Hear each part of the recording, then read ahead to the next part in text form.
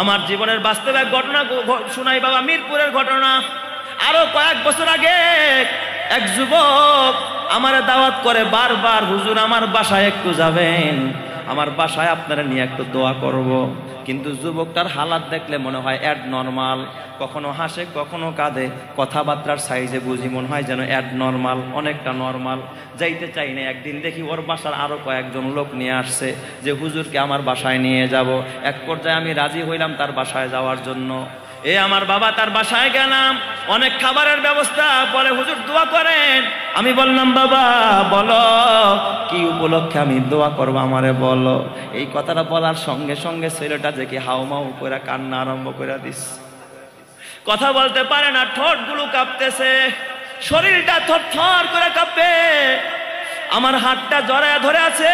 আমি বললাম বলো কেন দোয়া করতে ডাকলা? কয় হুজুর এই দুঃখের কথাই তো আমি বলতে পারি না, আমার কলিজাটা বাইটা যায়।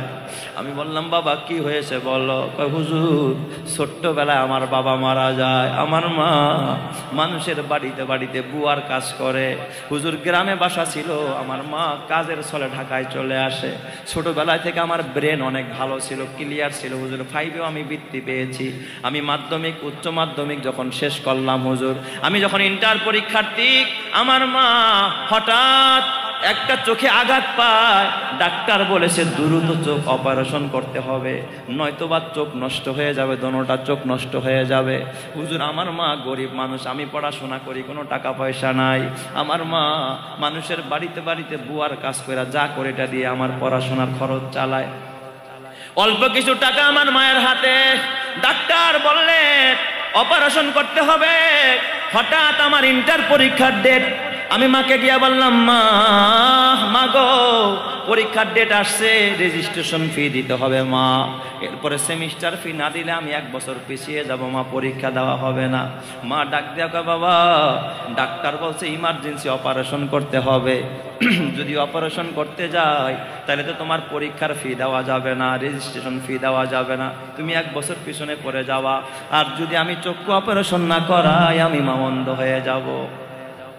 মা ডাক দিয়া বলে বাবা ও আমার বাবা তাহলে তুমি শোনো, আমার চোখের অপারেশন লাগবে না, আমি এই টাকা তোমার রেজিস্ট্রেশন ফি তোমার সেমিস্টার ফি দিয়ে দিলাম। হুজুর আমার দুখুনি মা ওই টাকাটা আমার হাতে দিয়ে দিছে আমার পড়ালেখার জন্য। আমি ওই টাকা দিয়ে পড়াশোনা করে ইন্টার শেষ করে হুজুর আমি দেশের নামি দামি প্রতিষ্ঠানে পড়লাম, বিশ্ববিদ্যালয়ে চান্স পেলাম। হুজুর আমি বড় শিক্ষিত, বিসিএস কমপ্লিট করেছি।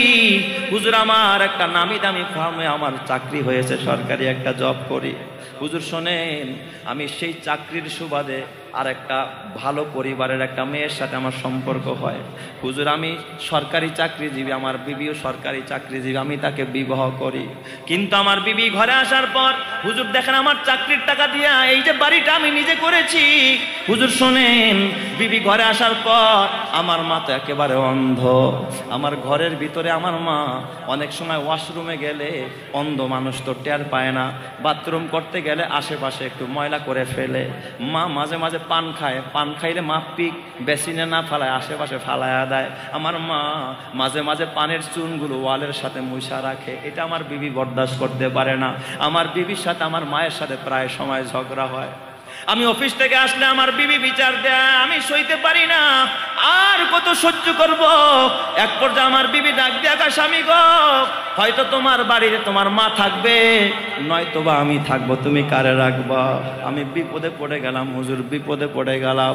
আমার বন্ধুদের সাথে পরামর্শ করলাম কি করার, কোনো আলেমের সাথে পরামর্শ করি নাই। বন্ধুরা বলল তাইলে তোমার মাকে তুমি বৃদ্ধাশ্রমে দিয়ে আস।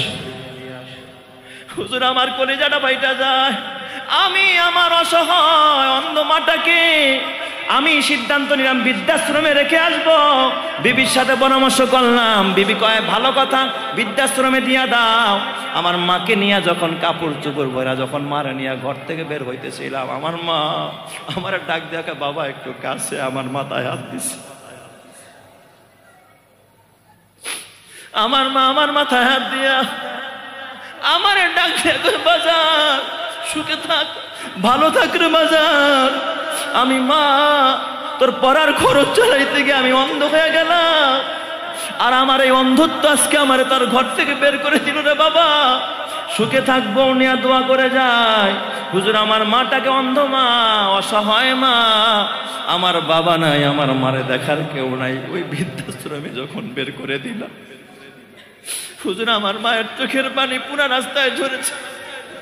আমার মারে ঘর থেকে বের করলাম, এরপর থেকে মনে হয় যেন আমার ঘরে শূন্যতা বিরাজ করে, বরকত নাই। আমি যেন আমার ঘর থেকে রহমতটাকে আমি বের করে দিয়ে আসছি। 6 মাসের মাথায় আমার মা বৃদ্ধাশ্রমে মারা যায়। হুজুর 8 মাস পরে আমার ঘরে এক বাচ্চা হয়, দেখি আমার বাচ্চাটা অন্ধ। আমার বাচ্চা অন্ধ, আমার মায়ের বদদুয়া লেগে গেছে। হুজুর এরপর থেকে আমার খানা ভালো লাগে না, আমি কোনো কাজের শান্তি পাই না, অফিস করতে পারি না, লেখি একটা হয় আরেকটা, প্রিন্ট দেই একটা হয় আরেকটা, আমাকে সাসপেন্ড করার মতো আমার চাকরি যাওয়া ভাব। হুজুর এখন ঘরেও শান্তি নাই, বিবি আমারে দেখতে পারে না, আরেকজনের সাথে পরকিয়া করে। হুজুর আমার সন্তান এখন ঘরের মধ্যে জাহান্নামের আগুন, সন্তানও একটা প্রতিবন্ধী। এ যুবক, রহমত তোর মা, বরকত তোর মা, তোর জান্নাত তোর মা। যুবক রে, তুই চিনলি না তোর কেমন রত্ন? ওই মায়ের সেবা কর, ওই মায়ের খেদমত কর, ওই মায়ের কাছ থেকে যদি দোয়া নিতে পারস, দুনিয়াতেও তোর শান্তি দিবেন, আখেরাতেও তোর নাজাত দান করবেন কে? আরো জোরে বলেন না কে? এ যুবক ভাই, তোর হাতে পায়ে ধরে বলা যায়, আমি ডাক দেয়া বললাম, যুবক রে, তুই আজকে তোর মায়ের পায়খানার কারণে বেসিন নষ্ট করে ফেলায়, তোর বাথরুম নষ্ট করে ফেলায়, তুই তো 4টা বছর পর্যন্ত তোর মায়ের কাপড় নষ্ট করছস, তোর মায়ের বুকে পায়খানা করছস, তোর মায়ের কুলে পায়খানা করেছস, প্রস্রাব করেছস। মা তো তোর ফালায়া দেয় নাই, মা খাইতে বসছিল, ওই সময় পায়খানা করছস, মা ভাতের প্লেটটা ঢাইকা অমনে তোর পরিষ্কার করে, তোর চুমা খায়া তারপর আবার মা ওই হাত দিয়ে খানা খাওয়া আরম্ভ করছে। তোর মা কত কষ্ট করেছে রে যুবক, তোর বাবা কত মাথার ঘাম পায়ে ফেলেছে, এই জন্য হাতে পায়ে ধরে বলা যায়, এ যুবক ভাই, যদি ওই মা বাবা বাইচা থাকে, মা বাবার সেবা করবি। মা বাবার কাছে আজকে গিয়া গোপনে মায়ের পাটা জড়ায় ধরে কানবি, বাবার পাটা জড়ায় ধরে কানবি, বাবার কাছ থেকে মাপ চায়া নিবি। তোর মা বাবা যদি খুশি হয়ে যায়, আরশের মালিক আল্লাহ খুশি হয়ে যাবে। কথা ঠিক কিনা? এই জন্য নবী বলে, রিদার রব্বি ফি রিদাল ওয়ালিদাইন ওয়া সাখাতুর রব্বি ফি সাখাতিল ওয়ালিদাইন। আল্লাহ, আরে মা বাবা খুশি তো আল্লাহ খুশি, মা বাবা বেজার তো আল্লাহ বেজার। কথা ঠিক না ব্যাঠিক জোরে কন? এই জন্য যুবক ভাই, তোর হাতে পায়ে তোরা বোনা যায়, খবরদার মারে কষ্ট দিস না। বলছিলাম 5টা পুরস্কার পাবি। 1 নম্বরে তোর হায়াতে বরকত হবে, 2 নম্বরে তোর বিপদ দূর হবে, 3 নম্বরে তোর সম্মান বেড়ে যাবে, 4 নম্বরে আল্লাহ তোরে হজ করার তৌফিক দিবে। জোরে কান আমিন। মক্কা মদিনায় যাওয়ার তৌফিক দিবে মা বাবার খেদমত করলে। 5 নম্বরে মরার সময় আল্লাহ কালিমা নসিব করবে। জোরে কান সুবহানাল্লাহ।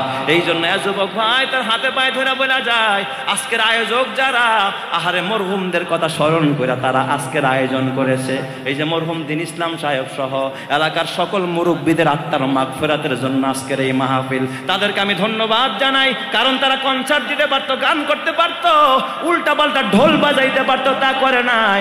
মা বাবার আত্মার মাগফিরাতের জন্য দোয়ার আয়োজন করেছে। প্রত্যেকটা সন্তানের জন্য উচিত তার মা বাবার জন্য দোয়া করা, মা বাবার নামে দান করা, মা বাবার নামে খরচ করা, মা বাবার নামে লিল্লা বোর্ডিং করা, এতিমখানা করা, মা বাবার নামে আরে গরিবরে দান করা, আলেম ওলামারে খেদমত করা। পারলে আলেমরে একটা জামা কিনা দিয়েন, একটা মেসোয়াক কিনা দিয়েন, একটা টুপি কিনা দিয়েন। এটা নিয়ে কখনো সিনেমার হলে যাবে না, মেসোয়াক নিয়ে মারামারি করবে না। যতটা মেসোয়াক করবে এর সব আল্লাহ তোমার মা বাবার কবরে পৌঁছাবে। কথা ঠিক না ব্যাটিক যারে কান? এই জন্য আজকে মা বাবা বাইচা থাকলে মা বাবার কাছে ক্ষমা চাইবা, আর যদি মা বাবা মরে যায় ওই মা বাবার কবরের পাশে গিয়া দোয়া করবা, মসজিদে দোয়া করবা, ইমাম সাহেবের কাছে দোয়া চাইবা। কারা কারা মা বাবারে খুশি করতে রাজি আছো একটু হাত দেখাও। নারায়ে তাকবীর, নারায়ে তাকবীর। আল্লাহ তুমি সবাইরে কবুল করো, সবাই বলি আমিন। মাশাআল্লাহ, হাত নামাই। ওয়া আখিরি দাওয়ানা আলহামদুলিল্লাহি রাব্বিল আলামিন। এখনো কি কোনো সুযোগ আসেনি আমার মায়ের খেদমত করার? মা তো দুনিয়ায় নাই, থাকলে আজকে মারে একটা দামি শাড়ি কিনে দিতাম, মারে একটা জুতা কিনে দিতাম, এই শীতের সিজনে বিদেশি লোশন কিনে দিতাম। অনেক কপাল পোড়া আছে, বিবিরে দেয় বিদেশিরা, মারে দেয় দেশিটা, কম দামিটা। না না, সমান আনবি। এমনও কপাল পোড়া আছে দেখবেন একটা চকলেট কিনা, 2টা চিপস কিনা লুকায়া লুকায়া বিবির আসলে নিজ দিয়া গোলারে দিও, মায় জানে না দেখে। কেন? তোর মা তো কখনো তোর কাছে কিছু লুকায় নাই। তোর পাশের ফ্ল্যাটের এক কাকি আম্মা তোর ঘরে কিছু পিঠা দিছে, তোর মা খায় নাই। তোর মা কয় আমার কলিজার টুকরা আব্দুল্লাহ এই পিঠাগুলো বড় পছন্দ করে। তার পেটে ক্ষুধা ছিল, মায় খায় নাই, খাইলে খাইতে পারতো। স্কুল থেকে আসলে ছেলের সামনে তুলে দিছে, বাবা নাও, পাশের ফ্ল্যাটের তোমার অমুক আংটি তোমাকে পিঠা দিছে, তুমি খাও। তোমার মা লুকায়া লুকায়া তোমারে খাওয়ায়, আর তুমি ওই মারে লুকায়া লুকায়া তুমি কোন সন্তানের জন্য চকলেট আনলা, অথচ 2টা চিপস বা কয়েকটা কিটকাট চকলেট আনছো। এই পোটলাটা বিবির হাতে না দিয়া মায়ের হাতে দাও। মাকে ডাক দিয়া বলবা মা এই চকলেটগুলো আনছি, তুমি তোমার নাতিরে নিয়ে খাইও। আমার তো বিশ্বাস কসম আল্লাহর, একটা চিপস আর একটা চকলেট কোনোদিন তোমার মা দাঁতে কাটবে না। কথা ঠিক না বেঠিক? তোমার সন্তানরাই খাওয়াবে, মাঝখান থেকে মা খুশি হয়ে যাবে, আমার আল্লাহ খুশি হয়ে যাবে। কথা ঠিক কিনা? আর মারে না দেখায় বিবির হাতে দিবা লুকায়া লুকায়া, মায়ের ভিতরে সন্দেহ দানা বাঁধবে, না জানি আমার পোলা কি আনছে। এ যুবক কেন বুঝোস না? খবরদার খবরদার, মা তার আসল বান্ধবী। বন্ধু বান্ধব আসলে দেখবেন চাইনিজের খাবার আনে, বন্ধু বান্ধব আসলে দেখবেন দেশি মুরগি খাওয়ায়, আর মায়ের খবর নেয় না। অথচ বুড়ি মা তোর আসল বান্ধবী, তোর বাবা তোর আসল বন্ধু। এই মা বাবার সাথে ভালো ব্যবহার করো। কয় হুজুর মা তো কবরে, বাবা কবরে, এখন আমি কি করব? এখন তো টাকা কামাই করি, মারে পাই না, বাবারে পাই না। আল্লাহর নবী কয় এখনো খেদমত করার সুযোগ, মায়ের জন্য দোয়া করবার 2 নম্বরের সুযোগ হলো মায়ের নামে দান করবা। তুমি যদি মায়ের নামে দান করতে পারো, এর সব ডাইরেক্ট আল্লাহ তোমার মা বাবার কবরে পৌঁছাবে, আর মা বাবার খেদমত হবে। জোরে কোন সুবহানাল্লাহ।